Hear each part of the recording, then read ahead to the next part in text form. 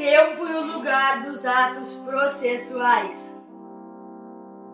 São dias úteis os dias da semana de segunda a sexta-feira, que não sejam feriados, excluídos, portanto, o sábado e o domingo, como esclarece o artigo 216. A Lei 9.093 de 95 estabelece que são feriados civis os declarados em lei federal, a data magna do Estado fixada em lei estadual, os dias do início e do término do ano do centenário de fundação do município, fixados em lei municipal. São feriados religiosos os dias de guarda, declarados em lei municipal, de acordo com a tradição local e em número não superior a 4, neste incluída a Sexta-feira da Paixão. São feriados nacionais o dia 1º de janeiro, 21 de abril, 1º de maio, 7 de setembro, 2 de novembro, 15 de novembro e 25 de dezembro. Para efeitos processuais, considera-se feriado qualquer dia em que não haja expediente forense. De regra, os atos processuais são praticados em dia útil e no horário compreendido entre as 6 e 20 horas, admitindo-se, porém, que o ato iniciado tempestivamente prossiga além das 20 horas, para não prejudicar, por exemplo, a unidade da audiência ou para evitar grave dano. O dispositivo acrescentou intimações, ao lado de citações e penhoras, e aboliu expressamente a necessidade de autorização do juiz para que o ato processual possa ser realizado fora dos dias úteis ou horário normal. Assim, pode ser decidida diretamente pelo serventuário da Justiça responsável pelo cumprimento do ato processual de citação, intimação ou penhora. Não se confunde o tempo dos atos processuais, entre 6 e 20 horas, com o horário de funcionamento dos órgãos do Poder Judiciário, designado tradicionalmente como horário de expediente forense. Os tribunais e fóruns funcionam em horário previsto na Lei de Organização Judiciária, e este pode ser inferior ao período entre 6 e 20 horas.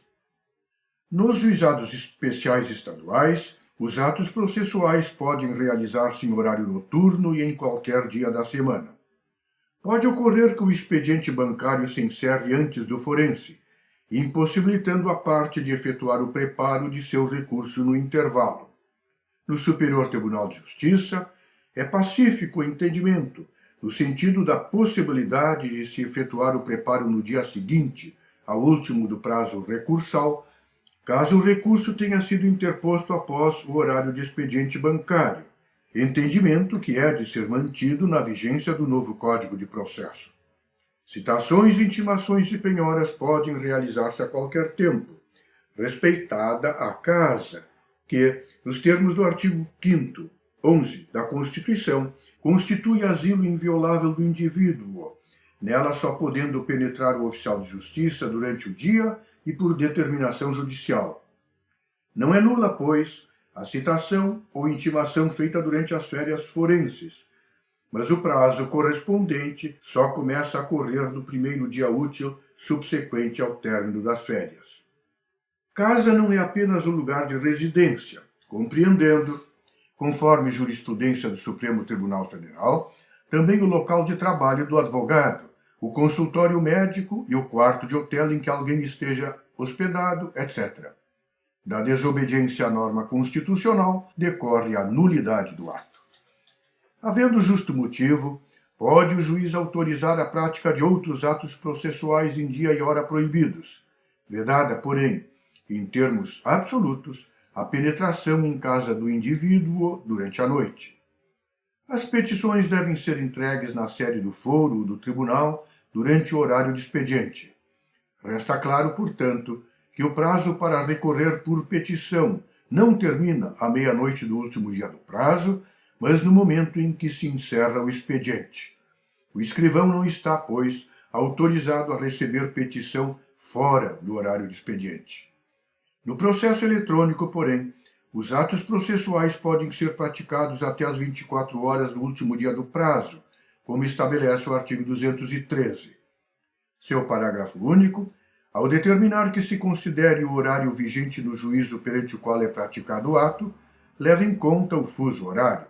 Assim, pode ser interposto recurso perante Tribunal Superior até as 24 horas do último dia do prazo, considerado, porém, o horário de Brasília. Não se praticam atos processuais durante as férias forenses, período de tempo estabelecido em lei, durante o qual não há expediente do foro, para fins de descanso principalmente dos juízes e advogados.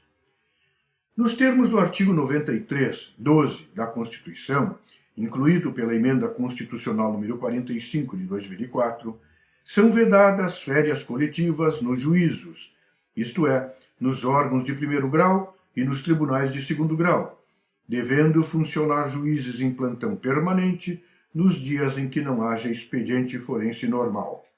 Ainda assim, dispõe o Código que, nos juízos de primeiro grau, a paralisação durante as férias não é total, não atingindo a tutela de urgência, as citações, intimações e penhoras, e processando-se durante as férias a ação de alimentos, os processos de nomeação ou remoção de tutor, os necessários à conservação de direitos e os de jurisdição voluntária. São processos de jurisdição voluntária os destinados à tutela de interesses privados, isto é, não visam a tutela de interesse público ou de alegado direito subjetivo. Neles não há, do ponto de vista legal, conflito de interesses. É por essa razão que o Código considera de jurisdição voluntária o processo de interdição. Supõe-se, do ponto de vista legal, que há um único interesse a proteger, qual seja o do interditando. É claro, porém, que, de fato, pode haver conflito de interesses entre o interditando e o requerente. Para fins de suspensão ou não durante as férias, o critério a ser observado é o legal, isto é, são de jurisdição voluntária os apontados como tais pelo Código, no capítulo próprio.